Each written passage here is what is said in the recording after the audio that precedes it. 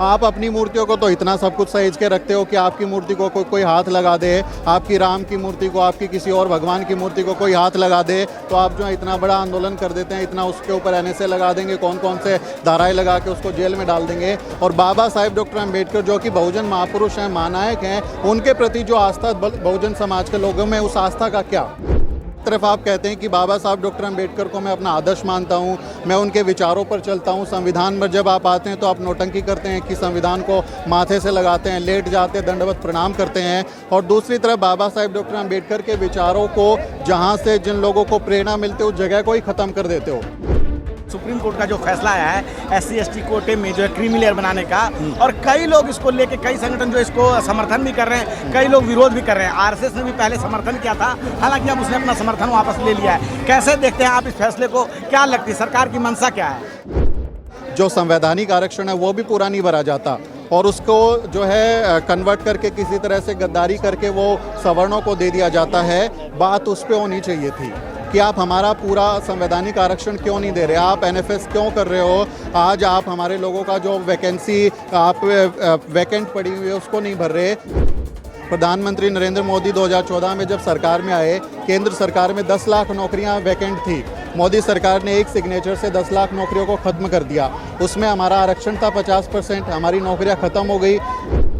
हमारी इस समय पर चर्चा होनी चाहिए थी कि ये जो 10% समाज है वो समाज के 90% संसाधनों पर, नौकरियों पर, इन पर कब्जा करके कैसे बैठा हुआ है। लेकिन आज हमारे अंदर ही उन्होंने जो है लड़ाई लगा दी। आपकी आबादी तो 10% से भी कम है और आप 99% पदों पर आप भरे हुए बैठे हो, तो अपनी आबादी से इतने ज़्यादा अनुपात में आप बैठे हुए हो, तो ये क्यों है? ये अकमारी क्यों कर रहे हैं आप हमारे लोगों की? RSS समर्थन देने का ऐलान करता है, RSS आरक्षण की समीक्षा की बात करता है, आरक्षण को ख़त्म करने की बात करता है, लेकिन ये कभी नहीं कहता कि इनका जो अभी आधे पद पड़े उनको भर दो, पूरा कर दो इनके कोटे को। जुडिशरी में जो जिसका दादा भी जज, जिसका बेटा भी जज, पोता भी जज, आने वाला पोता भी जज, तो वो कह रहे थे कि एक पीढ़ी को जो है वो कोटा मिलना चाहिए, उसके बाद नहीं मिलना चाहिए। तो हम कहते हैं मिलोट, एक पीढ़ी में से जज बनना चाहिए, दूसरी पीढ़ी का जज भी नहीं बनना चाहिए। ब्राह्मणवाद इसी तरह से कामयाब है ना इस देश में कि आप ब्राह्मणवाद को तो गाली देंगे, लेकिन जब एक दलित आदमी आपके हकों पे बैठ के आपके ही खिलाफ फैसला देगा तब उसको आप क्या बोलोगे? वो भी मनुवादी हो गए हैं। मनुवाद एक विचारधारा, एक मानसिकता, इट्स अ माइंडसेट।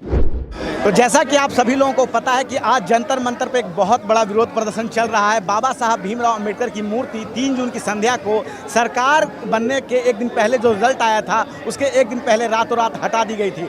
9 अगस्त 1942 को भारत छोड़ो आंदोलन की शुरुआत हुई थी, जिसे जनता ने किया था बिना किसी नेता के। और आज जो ये आंदोलन हो रहा है, यहाँ भी कोई नेता नहीं है और बाबा साहब भीमराव अम्बेडकर की मूर्ति फिर से वहीं पर लगाने के लिए लोग बाग में यहाँ आंदोलन किया है। और हमारे साथ बातचीत करने के लिए मौजूद हैं सुमित चौहान जी। सर, क्या कहना चाहेंगे? जो ये घटना हुई है, बाबा साहब भीमराव अम्बेडकर की जो मूर्ति हटाई है, आप क्या कहेंगे, क्या मंशा रही हो? सबसे पहले आपके दर्शकों को जय भीम। और ये सिर्फ एक मूर्ति नहीं है, ये बाबा साहब डॉक्टर अम्बेडकर के जो अनुयायी हैं, जो करोड़ों लोग हैं, उनके लिए एक प्रेरणा का केंद्र है, वो प्रेरणा का स्रोत है। क्योंकि आप सब जानते हैं कि हर साल 14 अप्रैल को जब अम्बेडकर जयंती होती है तो लाखों लोग दिल्ली के संसद मार्ग पर आते हैं। और जिन लोगों को कभी सड़क पर चलने की मनाही होती थी कि आपको सड़क पे, सार्वजनिक रास्ते पे आप नहीं चल सकते, आप अछूत हैं, आप जो है दोपहर के वक्त निकलिए क्योंकि आपकी परछाई छोटी होगी, क्योंकि किसी पे परछाई पड़ेगी तो आप अछूत हो जाओगे, झाड़ू बांध के चलिए, गले में हांडी टांगिए। कई लोगों के पैरों में घुंघरू बांध दिए जाते थे कि उनकी आवाज़ से लोग जो हैं वो अलर्ट हो जाएं, वो हट जाएं।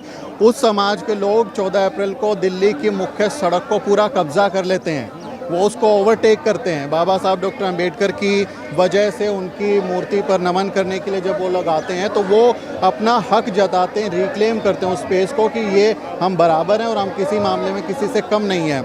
आप मुझे बताइए कि 14 अप्रैल 2025 को जब अभी आने वाले साल में जब बाबा साहब डॉक्टर अम्बेडकर की जयंती आएगी, वो लाखों लोग कहाँ जाएंगे? वो लाखों लोग जो वहाँ पंडाल लगाते हैं, जश्न मनाते हैं, देश भर से रैलियाँ निकालते हैं, वो जुलूस निकालते हैं, झांकियाँ निकालते हैं, अपने बच्चों को लेकर आते हैं और उस मेले में शामिल होते हैं, वो अगले साल कहाँ जाएंगे? ये हमारा सवाल है प्रधानमंत्री नरेंद्र मोदी से कि आपको लगा कि वो एक मूर्ति है, वो सिर्फ एक मूर्ति नहीं है, वो विचारों का केंद्र है, वो प्रेरणा का केंद्र है, लाखों लोगों की आस्था का केंद्र है। आप अपनी मूर्तियों को तो इतना सब कुछ सहेज के रखते हो कि आपकी मूर्ति को कोई हाथ लगा दे, आपकी राम की मूर्ति को, आपकी किसी और भगवान की मूर्ति को कोई हाथ लगा दे तो आप जो है इतना बड़ा आंदोलन कर देते हैं, इतना उसके ऊपर NSA लगा देंगे, कौन कौन से धाराएं लगा के उसको जेल में डाल देंगे। और बाबा साहेब डॉक्टर अम्बेडकर जो कि बहुजन महापुरुष हैं, महानायक हैं, उनके प्रति जो आस्था बहुजन समाज के लोगों में, उस आस्था का क्या, उस प्रेम का क्या, उस आस्था और उस प्रेम के क्या मायने आपके लिए?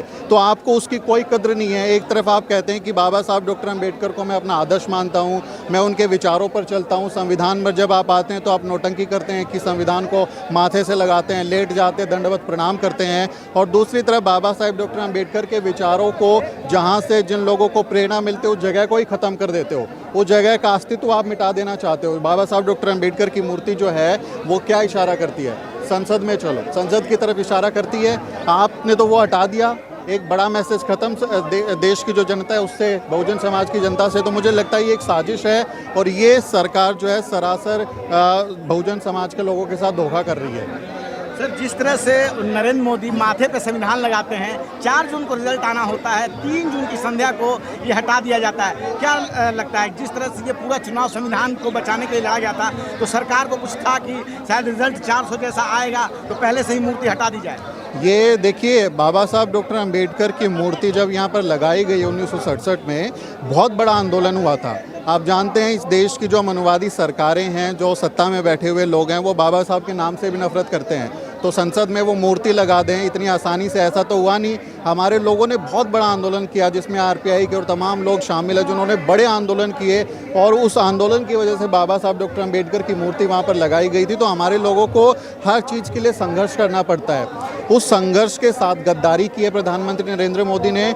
और क्योंकि ये चुनाव पूरा जो है वो देश के संविधान को बचाने के नाम पर लड़ा गया, लोकतंत्र को बचाने के नाम पर लड़ा गया, और जो सरकार कह रही थी कि अब 400 पार आएगा तो हम संविधान बदल देंगे, आरक्षण को ख़त्म कर देंगे, तो कहीं ना कहीं उनको इनपुट हुए होंगे, ओपिनियन पोल, एग्जिट पोल तमाम इस बात का इशारा कर रहे होंगे कि हार हो रही है और वो खींच निकाल रहे हैं। इस बात की पूरी गुंजाइश है कि उन्होंने बहुजन समाज से, बाबा साहब डॉक्टर अम्बेडकर से बदला लेने के लिए वो खींच निकालने की उस मूर्ति को हटा दिया कि चलो इस मूर्ति को ही गायब कर देते हैं, इन्होंने हमको हराया, हम इनसे जो है बदला लेते हैं। तो इसकी पूरी गुंजाइश है। सर, अभी एक और फैसला आया है, आपने सुना होगा सुप्रीम कोर्ट का जो फैसला आया है SC/ST कोटे में जो है क्रीमी लेयर बनाने का, और कई लोग इसको लेके, कई संगठन जो इसको समर्थन भी कर रहे हैं, कई लोग विरोध भी कर रहे हैं। RSS ने भी पहले समर्थन किया था, हालांकि अब उसने अपना समर्थन वापस ले लिया है। कैसे देखते हैं आप इस फैसले को? क्या लगती है सरकार की मंशा क्या है? देखिए, आज जब भारत सरकार के जो 90 सचिव हैं उसमें से 99% सवर्ण हैं। भारत सरकार के मंत्रियों में सबसे ज़्यादा सवर्ण हैं, जो अधिकारी हैं वो 90% सवर्ण हैं। SC/ST का कोटा भरा नहीं जा रहा, बैकलॉग हैं, उनकी भर्तियों को NFS करके, नॉट फाउंड सूटेबल करके जनरल कैटेगरी में कन्वर्ट कर दिया जाता है। SC का 15%, ST का 7.5%, OBC का 27%। जो संवैधानिक आरक्षण है वो भी पूरा नहीं भरा जाता और उसको जो है कन्वर्ट करके किसी तरह से गद्दारी करके वो सवर्णों को दे दिया जाता है।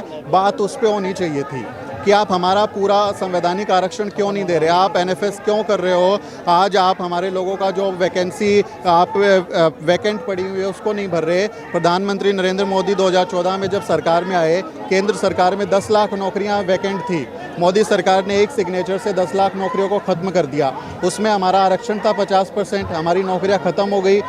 हमारी इस समय पर चर्चा होनी चाहिए थी कि ये जो 10% समाज है वो समाज के 90% संसाधनों पर, नौकरियों पर, इन पर कब्जा करके कैसे बैठा हुआ है। लेकिन आज हमारे अंदर ही उन्होंने जो है लड़ाई लगा दी।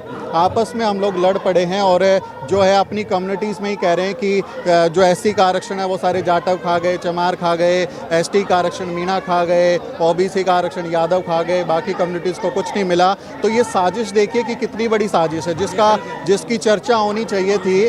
आज हम ये बात ही नहीं कर रहे।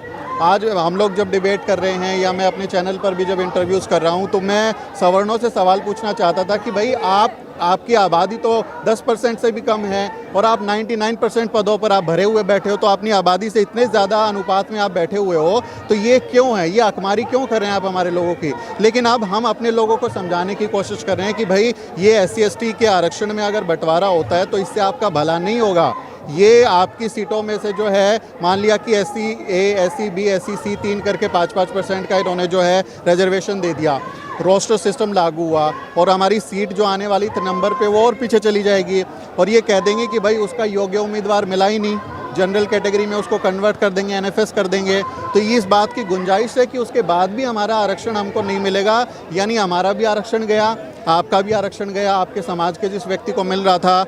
और जो वो कहानी है ना कि 2 बंदरों की लड़ाई में, वो 2 बिल्लियों की लड़ाई में एक बंदर सारी रोटी खा जाता है, थोड़ा उसको देता है, थोड़ा उसको देता है, तो ये उसी तरह की बंदरबाट है और हमारे लोगों को लड़ाने की कोशिश है।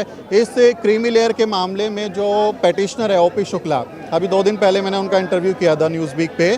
OP शुक्ला से मोहन भागवत ने मुलाकात की, RSS प्रमुख मोहन भागवत और उनके बीच में मुलाकात हुई और उन्होंने पेटिशन फाइल करने के लिए समर्थन किया और कहा कि क्रीमी लेयर पे पेटिशन फाइल करो।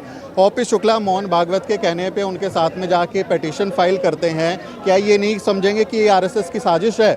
RSS समर्थन देने का ऐलान करता है, RSS आरक्षण की समीक्षा की बात करता है, आरक्षण को ख़त्म करने की बात करता है, लेकिन ये कभी नहीं कहता कि इनका जो अभी आधे पद पड़े उनको भर दो, पूरा कर दो इनके कोटे को। तो ये पूरी की पूरी साजिश है जिसमें RSS BJP जुडिशरी तब सब लोग मिले हुए हैं। चुनाव में लोग कह रहे थे कि सरकार से खतरा है, लोग कह रहे थे सरकार से खतरा है, लेकिन अब खतरा तो न्यायालय से हो गया ना, खतरा तो जुडिशरी की तरफ से आया हम लोगों को। सरकार को तो हमने सबक सिखा दिया, उनको तो जो है समेट दिया 240 पे। अब देखिए वो वक्फ बोर्ड वाला बिल ला रहे थे ना, लटक गया, नहीं हुआ। 10 सालों के बाद कोई जो है विधेयक लटक गया, तो नहीं वो पास ही नहीं कर पाए, उसको लटक गया। तो ये हमारी ताकत है जो हमने संसद में दिखाई है। लेकिन जुडिशरी में क्या, जुडिशरी में जो जिसका दादा भी जज, जिसका बेटा भी जज, पोता भी जज, आने वाला पोता भी जज, तो वो कह रहे थे कि एक पीढ़ी को जो है वो कोटा मिलना चाहिए, उसके बाद नहीं मिलना चाहिए। तो हम कहते हैं मिलोट, एक पीढ़ी में से जज बनना चाहिए, दूसरी पीढ़ी का जज भी नहीं बनना चाहिए। आपको ये कोटा भी लागू करना होगा ना कि एक पीढ़ी के बाद आप लगातार जो है जज बने जा रहे हैं, तो आपको भी ये समझना पड़ेगा। तो ये सरासर एक तरीके की साजिश है और सबसे बड़ी बात कोई डेटा नहीं है, आपने कोई आंकड़े पेश नहीं किए कि कौन सी जाति के सबसे ज़्यादा आरक्षण में फ़ायदे में पहुंच गए हैं, कौन जाति के कम हो गए हैं।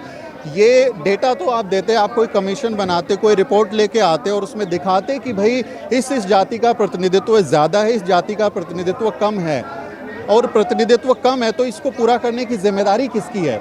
अगर मान लिया कि मूसर कम्युनिटी के बच्चे 10वीं पास नहीं कर रहे हैं तो उनको अच्छा स्कूल, अच्छे शिक्षक, किताबें, ड्रेस, मिड डे मील में खाना, उनके माँ बाप को रोजी रोटी, वो अच्छे से घर में रहें, उनके घर में लाइट हो ताकि वो रात में पढ़ाई कर सके, स्कॉलरशिप्स मिलें, ये जिम्मेदारी किसकी है? ये सरकार की जिम्मेदारी है ना।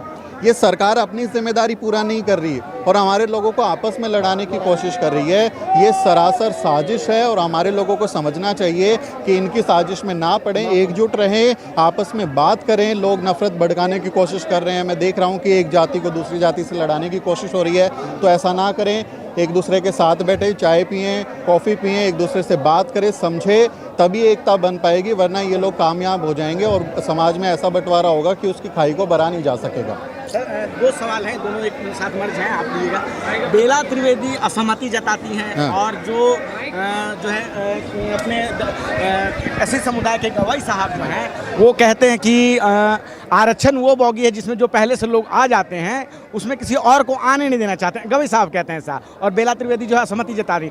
दूसरा, अभी आपने स्वर्ण समाज की बात की, उनका कहना है कि 75 साल हो गए हैं और भारत चांद पे पहुंच गया है, बहुत अब सैन्य शक्ति बन चुका है और फला फला बहुत सारी बातें होती है, तो अभी भी जो है आरक्षण की समीक्षा की बात हर 10 वर्ष पे की गई है, तो उनको ये समझ में नहीं आता। आप इन दोनों सवालों को जवाब सकते हैं। देखिए, वो जस्टिस मित्तल ने कोच वाली बात की है कि वो जनरल कोच में घुस जाते हैं, गवाही ने नहीं किया, गवाही ने क्रीमी लेयर की बात किया और जस्टिस बेला त्रिवेदी जो है इसके खिलाफ हैं। लेकिन मुझे थोड़ी सी जो है ना शक होता है जस्टिस बेला त्रिवेदी पर, क्योंकि जस्टिस बेला त्रिवेदी के जो अगर पुराने आप फैसले देखेंगे तो वो रिजर्वेशन के खिलाफ बहुत ज़्यादा स्टैंड लेती हैं। उनके पुराने जजमेंट्स में अगर आप देखेंगे तो वो बहुत एंटी रिजर्वेशन उनका माइंडसेट नज़र आता है और वो रिजर्वेशन पर बहुत तीखे कमेंट करती हैं कि कब तक 70 साल से चल रहा है, कब तक लेते रहोगे, समीक्षा होनी चाहिए।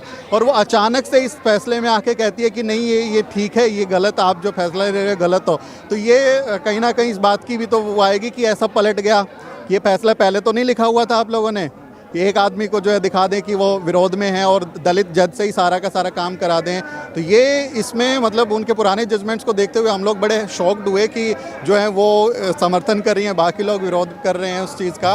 और जस्टिस गवई जो हैं जस्टिस गवई जब जज बने थे, जस्टिस बने थे, तो पूरा दलित बहुजन समाज इतना खुश था, हम लोग मतलब सेलिब्रेट कर रहे थे, केक काट रहे थे कि जो समाज SC ST के आरक्षण के लिए, OBC के आरक्षण के लिए लगातार लड़ाई लड़ रहा था कि जुडिशरी में हमारी भागीदारी होनी चाहिए, वो इतने आंदोलन के बाद इन्होंने जज तो बनाया एक दलित आदमी को, और वो दलित जज बनने के बाद हमारे ही खिलाफ हो गया। तो ये साजिश को समझिए कि ब्राह्मणवाद इसी तरह से कामयाब है ना इस देश में, कि आप ब्राह्मणवाद को तो गाली देंगे, लेकिन जब एक दलित आदमी आपके हकों पे बैठ के आपके ही खिलाफ फैसला देगा, तब उसको आप क्या बोलोगे? क्या वो भी मनुवादी हो गए हैं? मनुवाद एक विचारधारा, एक मानसिकता, इट्स अ माइंडसेट, और जो माइंडसेट का व्यक्ति होता है वो कोई भी मनुवादी हो सकता है। इसमें ये कहना कि वो ब्राह्मण है या वो दलित हैं, तो किसी का भी मानसिकता अगर ब्राह्मणवादी है तो it's a mindset, it's a state of mind, वो कोई भी हो सकता है। तो ये हम उनको भी ब्राह्मणवादी मानते हैं, मनुवादी मानते हैं, और उनके खुद के पिता 3 राज्यों के राज्यपाल रहे, लोकसभा के सांसद रहे, राज्यसभा के सांसद रहे, राजभवनों में वो पले बड़े हैं, तो उनको क्रीमी लेयर का फ़ायदा नहीं हुआ क्या? उन्होंने मलाई नहीं खाई, और जब वो जज बनते हैं उनको जज क्यों बनाया गया? क्योंकि वो दलित थे ना, वो दलित थे इसलिए जज बनाए ना, रिप्रेजेंटेशन देने के लिए, ताकि वो नाम चेहरे का वो भर्ती कर दें। लेकिन अब वो जब बन गए तो वो समाज के खिलाफ जो है बातें कर रहे हैं, तो हमें उनसे बहुत निराशा हुई, उन्होंने बहुत निराश किया, और हमें लगा था कि हमारा आदमी हमारे भले की बात करेगा। KG बालाकृष्णन जैसे जो हमारे जज हुए हैं, जिन्होंने इतने शानदार फैसले किए हैं, हम सोच रहे थे कि हमारा व्यक्ति जब उस कुर्सी पे बैठेगा तो हमारी भलाई का काम करेगा, लेकिन उन्होंने समाज को बहुत निराश किया। क्रीमी लेयर जो है वो एक RSS का एजेंडा है, समाज में तोड़ने का आधार है, क्योंकि भारत के संविधान में SC ST के आरक्षण में आर्थिक आधार, गरीबी आधार, कोई इसका पैमाना नहीं रखा गया किसी आधार। ये कोई गरीबी उन्मूलन कार्यक्रम थोड़ा ही है कि आपको अमीर बना दे, और गरीबी तो टेम्प्रेरी फार्मूला है। आपने जो आप जो है वो जुआरी हैं, आपने सारा पैसा जुए में हार गए, आप हो गए गरीब। मैंने लॉटरी खरीदी, मेरी लॉटरी लगी, मैं अमीर हो गया। मेरा स्टॉक मार्केट में मैंने पैसा लगाया, स्टॉक मार्केट क्रैश कर गया, मेरा पैसा चला गया। तो गरीबी तो टेम्प्रेरी फॉर्म है ना, वो कभी बदल सकती है, कभी बढ़ सकती है, लेकिन जाति तो नहीं बदलती ना, आपकी जाति वही रहती है। जाति के आधार पर आप इस तरह से देखेंगे तो ये मुझे लगता है कि संविधान के खिलाफ है। और सबसे बड़ी बात ये मामला संसद का है ना, संसद बड़ी है कि सुप्रीम कोर्ट बड़ा है, संसद तय करेगी कि क्या करना है। आप अपना ज़बरदस्ती क्यों थोप रहे हैं? संसद के अधिकार पे छोड़ दीजिए इसको। चलिए, आपने हमसे बात की, बहुत बहुत शुक्रिया। बहुत शुक्रिया। तो आपने सुना सुमित चौहान जी को, और इन्होंने बताया कि किस प्रकार से ये काम संसद का है, सुप्रीम कोर्ट का नहीं है। संसद ये काम देखिए। क्या है आपकी राय इस पूरे बातचीत पे? आप अपनी राय हमें ज़रूर बताएं। मैं रंजय कुमार, कैमरामैन आशीष के साथ, नेशनल दस्तक। धन्यवाद। साथियों, अगर आपको द न्यूज़ वीक का काम पसंद है और आप चाहते हैं कि हम यूं ही अम्बेडकरवादी पत्रकारिता करते रहें, तो हमारी आर्थिक मदद जरूर करें। आप अपनी स्क्रीन पर दिखाई दे रहे इस QR कोड को स्कैन करें और न्यूज़ वीक फाउंडेशन के खाते में अपनी दान की राशि भेजें। QR कोड के अलावा आप UPI के जरिए भी मदद कर सकते हैं। आप हमारी UPI ID newsweek@YesBank पर भी मदद भेज सकते हैं। इसके अलावा आप हमारे अकाउंट में भी मदद भेज सकते हैं। खाते का नाम है News Week Foundation, account number है 02358800000640। IFSC कोड है YesB000235। बैंक का नाम यस बैंक है और ब्रांच है नेहरू पैलेस, दिल्ली। आप डोनेशन के एवज में इनकम टैक्स में भी छूट पा सकते हैं। डोनेशन की रसीद पाने के लिए ट्रांजैक्शन का स्क्रीनशॉट हमें भेजें। टाइप करें डोनेशन स्पेस आपका नाम और हमें 8595794224 पर व्हाट्सएप करें।